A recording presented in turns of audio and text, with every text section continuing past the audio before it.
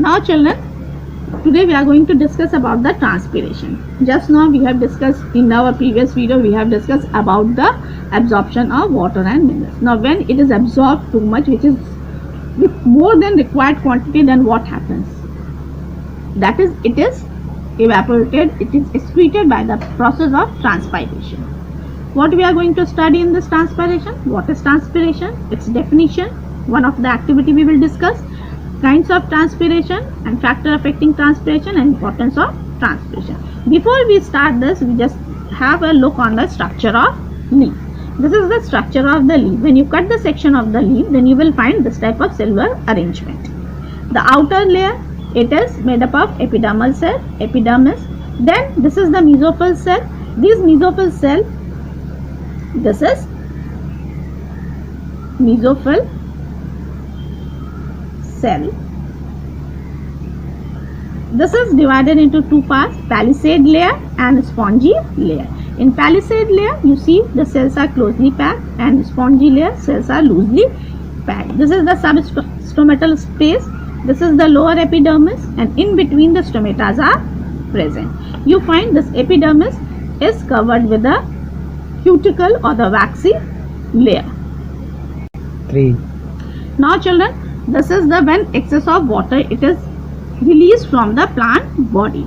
So that the process of the release of water from the plant body in the form of water vapor, that is known as transpiration. The loss of water in the form of water vapor. Now what is the definition of transpiration?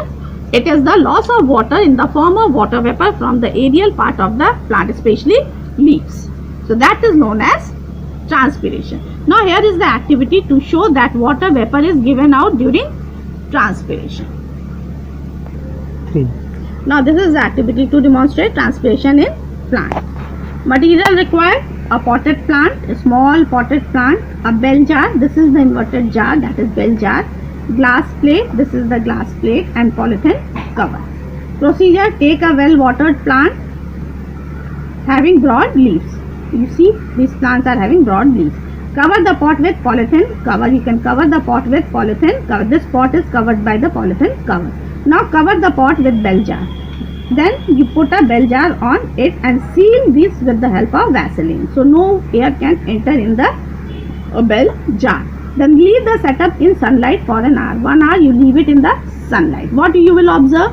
You see these are the water droplets. You can see these water droplets on the inner surface of the bell jar. So from where it has come? It has come from the leaves.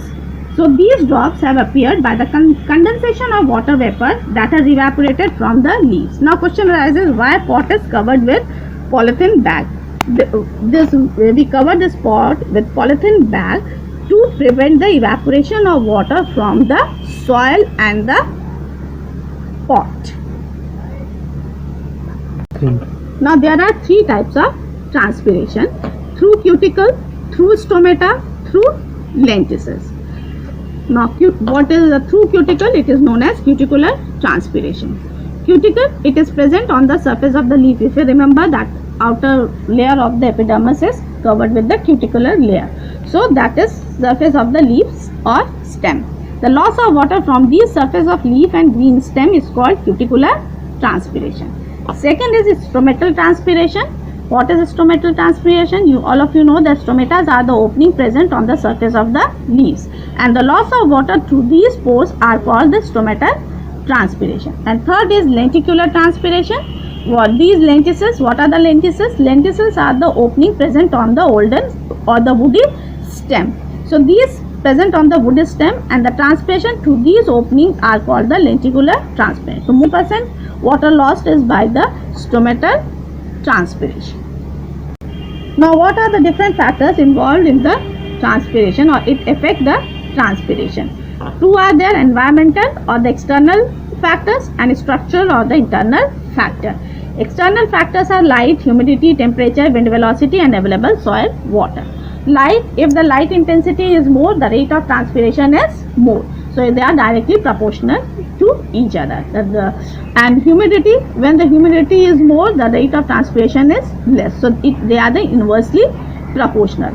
Temperature, when temperature is more, the rate of transpiration is more. So, and the wind velocity, when the wind velocity is high, the rate of transpiration is more. So, increase in wind velocity increases the rate of transpiration. Available soil water. So, if the soil water is present, then the rate of transpiration is more. Now, internal structure, thick cuticle. If cuticle is thick, the rate of transpiration is less. The narrow leaves, automatically the total surface area of the leaf get reduced and rate of transpiration also reduced. Modified to spines, the leaves are modified, as in case of the cactus. Cactus are desert plant, they grow in the desert area, and that here the leaves are reduced into spines. So total surface area of the leaf get reduced and automatically the rate of transpiration is prevented, or it is less. Then fewer stomata. If stomatas are less, automatically the rate of transpiration is less. So these are the few factors which control the rate of transpiration. Now what are the advantages or disadvantages of the transpiration under the heading of the importance of transpiration? What are the advantages?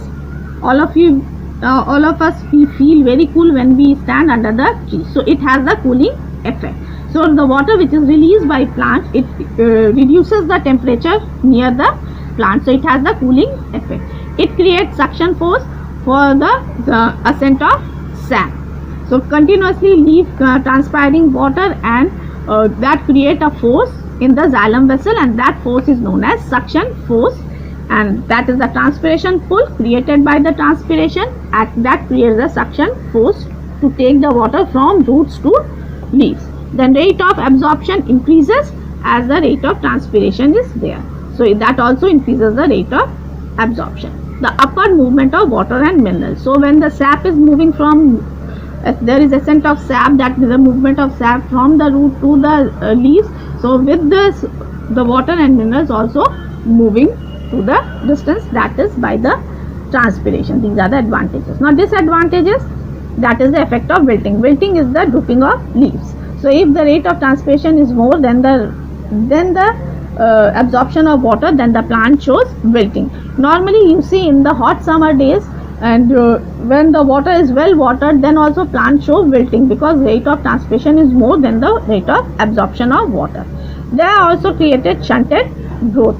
So automatically if the rate of transpiration is more and if the water is less and transpiration is more, the plant show shunted growth. Then expenditure of energy, it required too much of energy is expended, or it is used for the water. With this we come to the end of the transpiration.